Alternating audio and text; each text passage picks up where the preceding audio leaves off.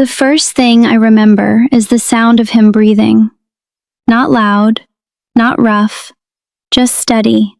The kind of breathing that comes from a man who is comfortable in his own bed, in his own house, in the life he was always going to live. I lay beside him in the dark with my hands flat against my stomach, fingers pressed together, trying to hold still, trying to make my own breathing match the room. The quilt smelled like someone else's soap. The pillow smelled like cedar and dust. The whole house smelled like a life I had not chosen, and now I was inside it, and the door was shut. He was my husband. We had been married for 6 hours, and I did not know his middle name. I did not know if he slept with the window open. I did not know if he woke early or late, if he liked his coffee dark, if he had ever been afraid of anything. I knew his last name because it was now mine. I knew his hands were large and rough at the knuckles. I knew the bishop said he came from a good family, and I knew that everyone I loved had left us alone in this room and gone home, and not one of them had told me what to expect once the door closed. This channel tells the stories that communities hoped would stay buried. The ones whispered between women when the men left the room, or never spoken at all. If you are hearing something familiar in this story, something you have carried but never named, you are in the right place. Subscribe, because this is not the only room I am going to take you inside. And if you were ever handed a life beside someone you barely knew and told it was God's plan, I want to hear from you. Leave a comment, even one line, even just the truth you have never said out loud. Let me take you back. Not far. That is the thing people do not understand about stories like mine. They imagine years of courtship, slow decisions, time to weigh and measure and choose. There was none of that. In my community, a match was not a love story. It was a conclusion. 2 families, 1 bishop, a conversation held in a kitchen I was not sitting in. And then someone told me his name and said he would be coming to visit on Sunday. That was how it began. A name I did not ask for, attached to a man I had not chosen, arriving on a day I could not refuse.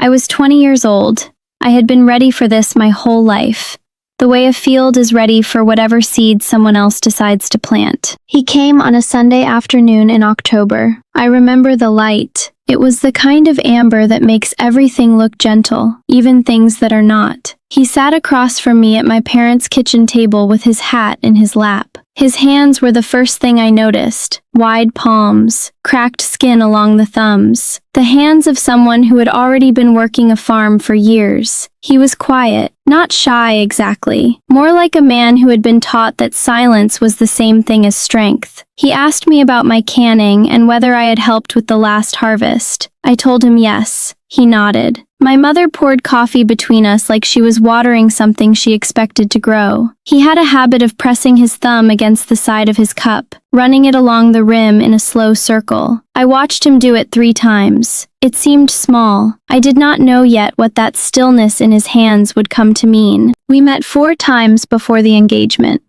4 Sunday afternoons, always supervised, always in my parents' kitchen or his. We were never alone. We were never allowed to be alone. The rules were clear about that, though no one called them rules. They were just the way things were, the way they had always been. We could talk about family, about work, about community. We could not talk about fear. We could not talk about our bodies or what we wanted from a life together. We could not talk about doubt. There was no vocabulary for doubt. Doubt was not a feeling in my community. It was a failure of faith. So I sat across from a man 4 times and learned that he liked black coffee, that he was the second of 6 children, that he ran his thumb along the rim of anything he held. And that was supposed to be enough. The engagement was announced by the bishop on a Thursday evening. I was standing at the sink in my mother's kitchen, drying a pot, when my father came in and told me. He said it like weather, like something that had already been decided by a force none of us controlled. It is settled. You will marry Daniel in November. The pot was still warm in my hands. The window above the sink showed the last of the daylight draining from the yard. and I could hear the goats shifting against the fence outside. I said, "Yes, Dad."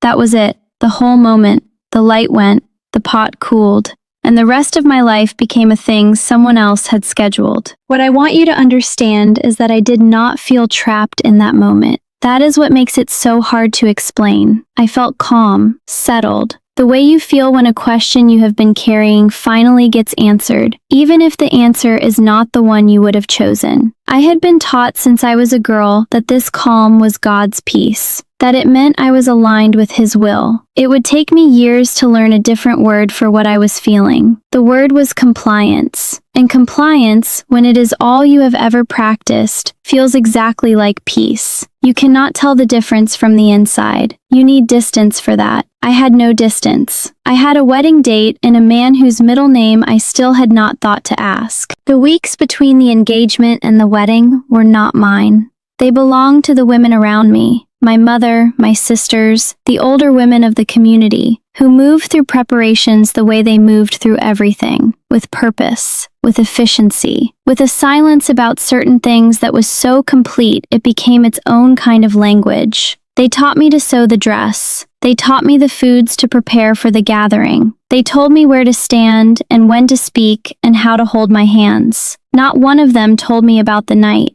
Not my mother, not my older sister who had married 2 years before me, not the bishop's wife who sat with me for an hour the day before and talked about submission and grace and what it means to be a helpmeet. She talked around the night the way you walk around a hole in a floor, carefully, deliberately, as if pretending it was not there would keep anyone from falling through. The wedding day came in early November. Cold air, gray sky.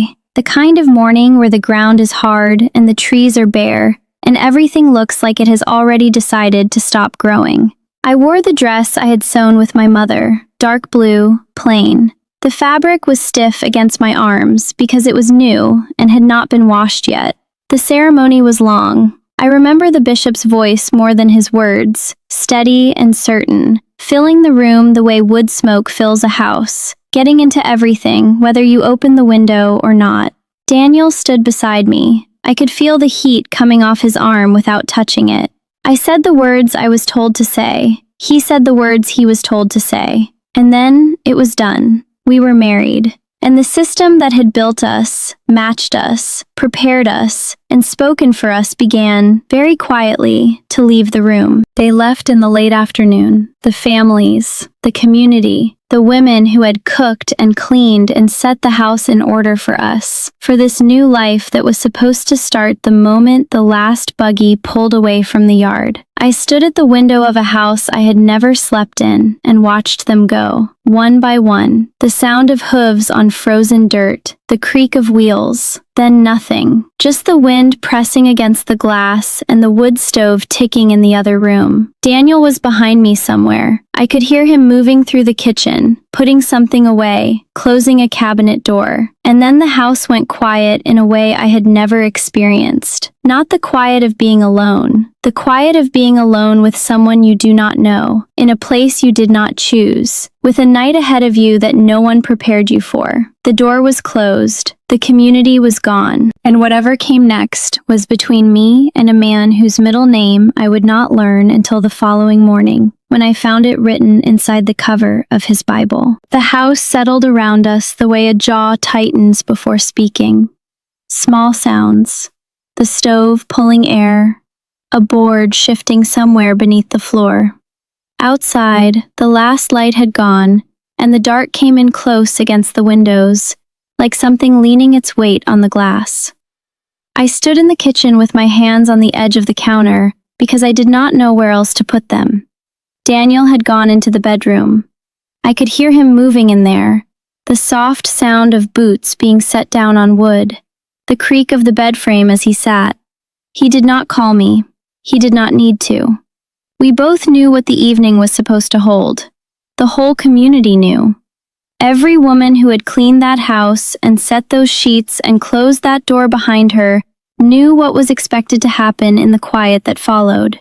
That expectation did not need a voice. It was the walls. It was the roof.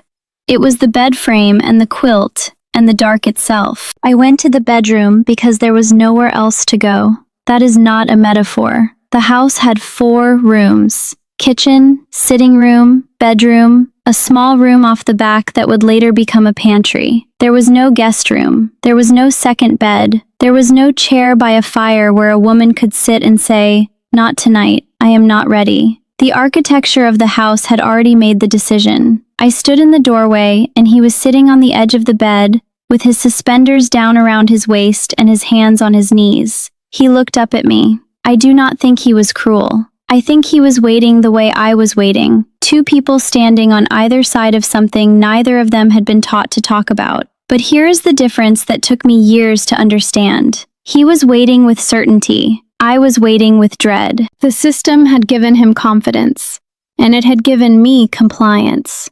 And in that dark room, those 2 things looked close enough to agreement that no one ever thought to question it. I will not tell you what happened after I closed that door. Not because I cannot, not because the memory has faded. It has not faded. I can still feel the weight of that quilt and the cold of the sheet beneath my back, and the exact distance between my body and the wall. I will not tell you because some things, once you take them back, you do not hand them out again. What I will tell you is what came after. The ceiling. That is what I remember most clearly. The ceiling of that room had a long crack running from the corner near the window to just above the lamp. I lay there and traced it with my eyes in the dark. I followed that crack the way you follow a road on a map, slowly, carefully, imagining that if I reached the end of it, I would arrive somewhere that was not this bed, not this house, not this life. Daniel fell asleep beside me. His breathing went even and slow, the same steady rhythm I would hear every night for years. And I lay there, very still, very far from myself, watching a crack in a ceiling that had no end.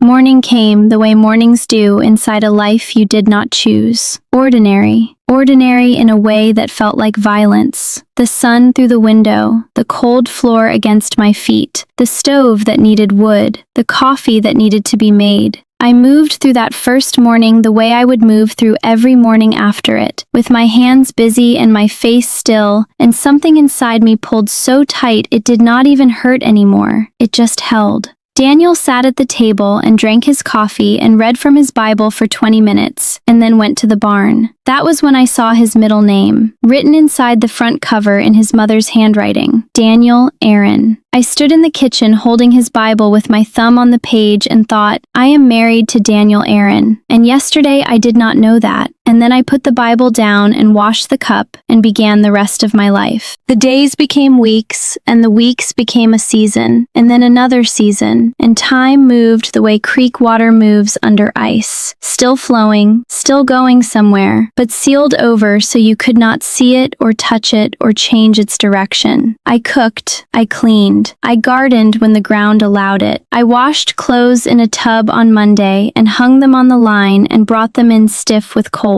I baked bread on Wednesday. I mended on Thursday. I prepared for Sunday. Every day had a task, and every task had a rhythm, and every rhythm had been set long before I arrived in that house. Daniel was not unkind. That is the sentence I practiced for years, the one I offered like a ticket whenever someone got close to the truth. He was not unkind. He said good morning. He bowed his head before meals. He brought me a jar of honey from a neighbor once without being asked. He did not yell. He did not strike. He simply lived inside the authority the community had given him, the way a man lives inside a house he was born in, without question, without apology, without ever noticing that someone else was living in a much smaller room. The community watched my body the way a farmer watches a field after planting, with patience, with expectation, with the quiet certainty that the harvest would come if the conditions were right.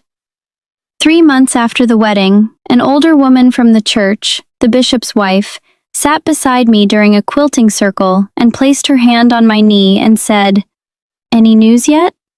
She smiled when she said it. It was meant as kindness. It was meant as welcome. But what it told me was that my body was not mine alone. It was a community project. A shared waiting room. Every month that passed without pregnancy was a silence that other people noticed and measured and discussed in kitchens I was not sitting in. I smiled back at the bishop's wife and said, "Not yet. God's timing." She squeezed my knee and returned to her stitching.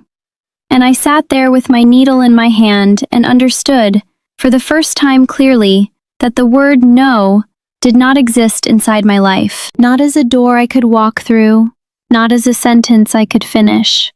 The architecture had been built without it. There was a woman named Ruth who lived 2 farms over. She had been married 9 years. She had 4 children, the youngest still nursing. I saw her at church and at quilting, and sometimes when our paths crossed at the general store in town. She was quiet the way most of us were quiet, efficient, steady, smiling in the places where a smile was expected. One afternoon in late spring, we were shelling peas together on the back porch of the church house while the men talked inside. The children were in the yard. No one was listening. Ruth did not look at me when she spoke. She kept her eyes on her hands, on the peas, on the bowl in her lap. She said, "The first year is the hardest. After that, you stop counting." That was all. She did not explain what she meant. She did not say what I would stop counting. She picked up her bowl and stood and carried it inside and set it on the counter and began talking to another woman about pie crust. But I sat there on that porch with an empty pod in my hand and something cracked open inside my chest. Because Ruth had not said anything new. She had said something I already knew. She had just confirmed that she knew it too, that this quiet, this stillness, this careful life of hands always busy and face always arranged was not just mine. It was hers. It was the woman making pie crust. It was every woman in every house, on every farm road, in every direction, for as far as the buggies traveled. The silence was not personal. It was structural, and it lived in all of us. The lowest I ever went was not a single night. It was a season, the winter of my 2nd year. The ground was frozen and the days were short and the dark came early and stayed long and the house felt smaller than it had ever been. I had lost a pregnancy in October, early, only 7 weeks. The community did not speak of it because there was nothing, in their view, to speak of. Daniel said, "It was God's will," and returned to the barn. I stood at the kitchen sink that evening and washed a pot and looked through the window at the dark and realized I could not feel my hands. They were in the water. The water was warm. I could see them, but I could not feel them. And I understood in that moment, with a clarity that was worse than pain, that I was disappearing. Not leaving, not dying, disappearing. The way a color fades from fabric that has been hung in the sun too long. Still there, still visible, but nothing like what it was. The thing that moved first was not courage. I want to be honest about that. It was not bravery or clarity or some moment where I stood up straight and decided to save myself. It was a much smaller thing. It was a mirror.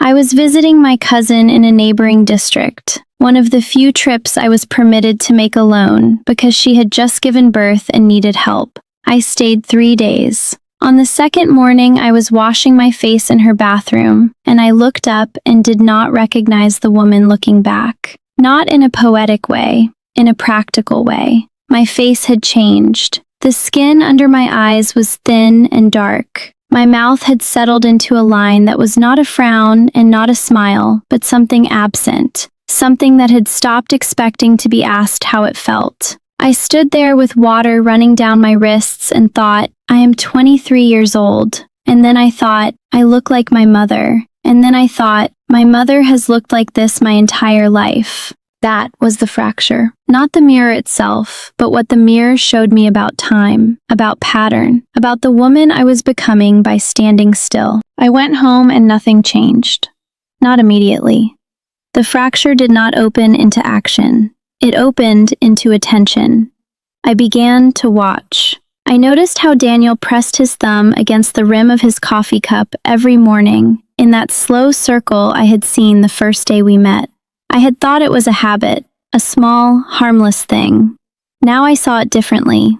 It was the gesture of a man who had never been interrupted, who had never had to rush. who had never once looked down at his own hands and wondered if they still belonged to him. His stillness was authority. Mine was erasure. The same gesture, the same quiet, and between them a distance so vast that he could not have seen it even if he had thought to look. He was not cruel. I need to say that again because it is the truest and most complicated sentence in this story. Daniel was not a cruel man. He was a man who had been built by the same system that built me. The difference is what it built him to expect and what it built me to accept.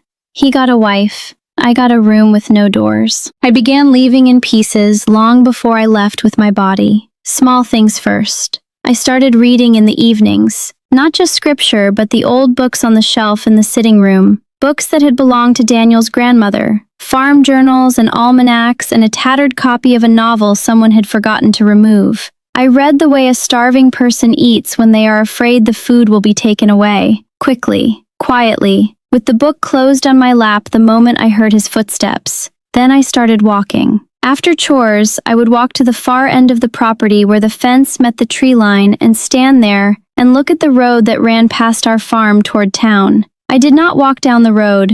I just looked at it. I looked at it the way you look at a word in a language you are trying to learn. Like if I stared long enough, I would understand what it meant to use it. The community gathering that spring is when I understood what I was leaving. It was a Sunday fellowship meal after church, and all the families were there, and the children were in the yard, and the men were talking by the barn. The bishop stood up after the meal and spoke about a young woman from a district to the south who had left her husband and her community. He did not say her name. He said she had been led astray by worldly influences. He said she had abandoned her covenant and her family and her children. He said we should pray for her return and for the protection of our own families from the same spirit of rebellion. Every woman in that room was silent.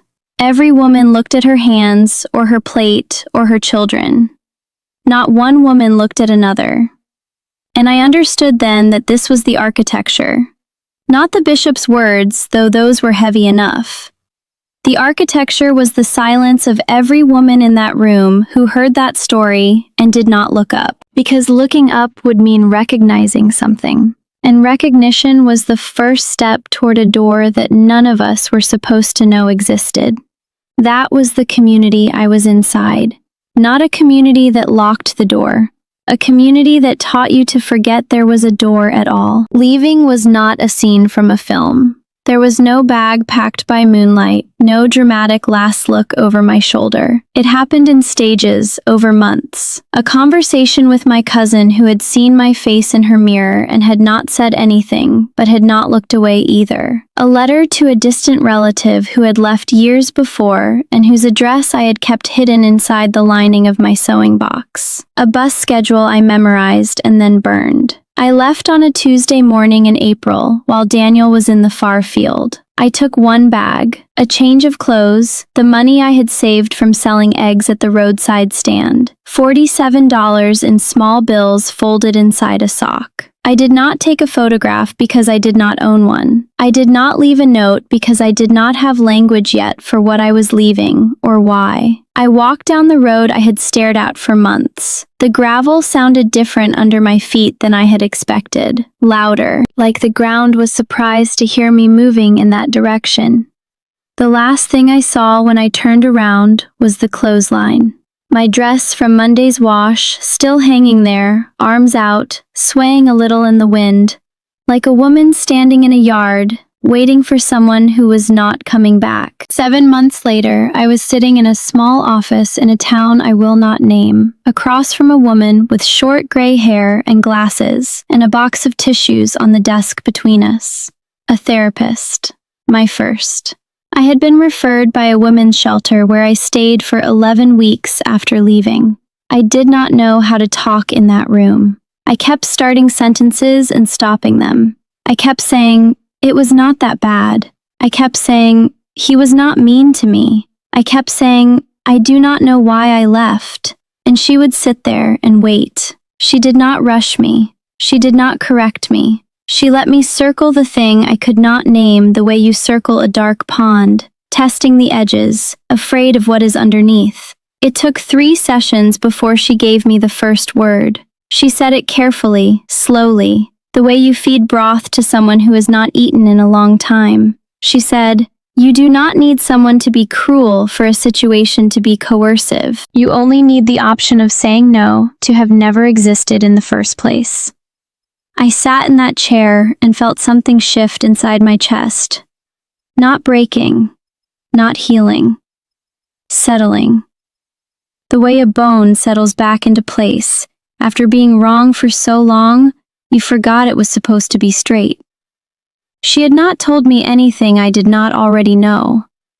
She had given me the word, and the word did not make it better. It made it real.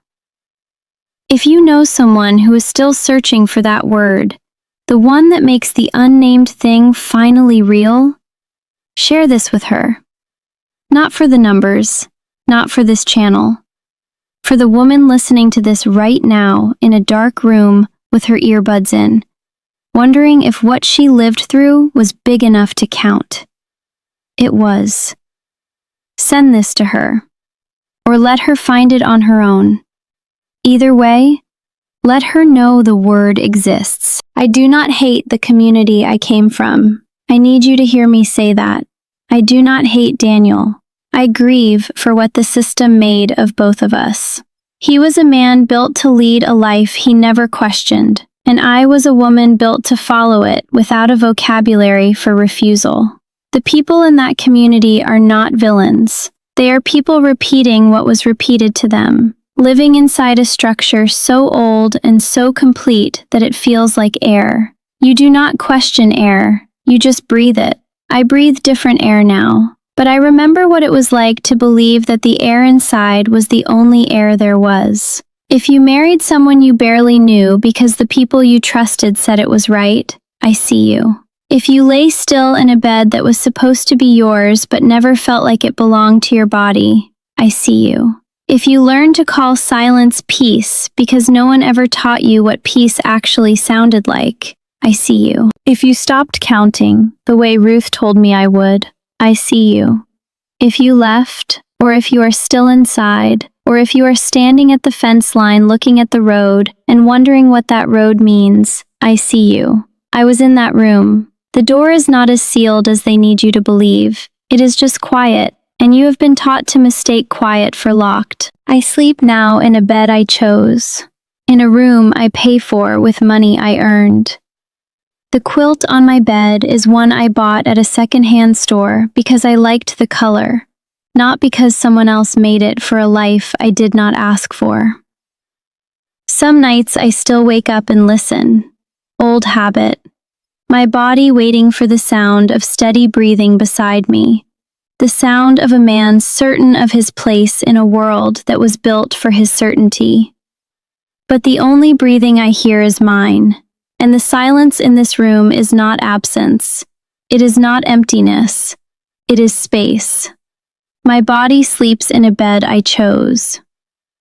And that sentence, that quiet, ordinary sentence, is the most radical thing I have ever said. If you were ever left alone in a room with a life you did not choose, you can say so here. You do not have to tell the whole story. You do not have to explain or justify or make it sound big enough. You can just say, I was in that room too, and that will be enough, because it was always enough. You were always enough. Your no was always real, even when there was no room for it to land.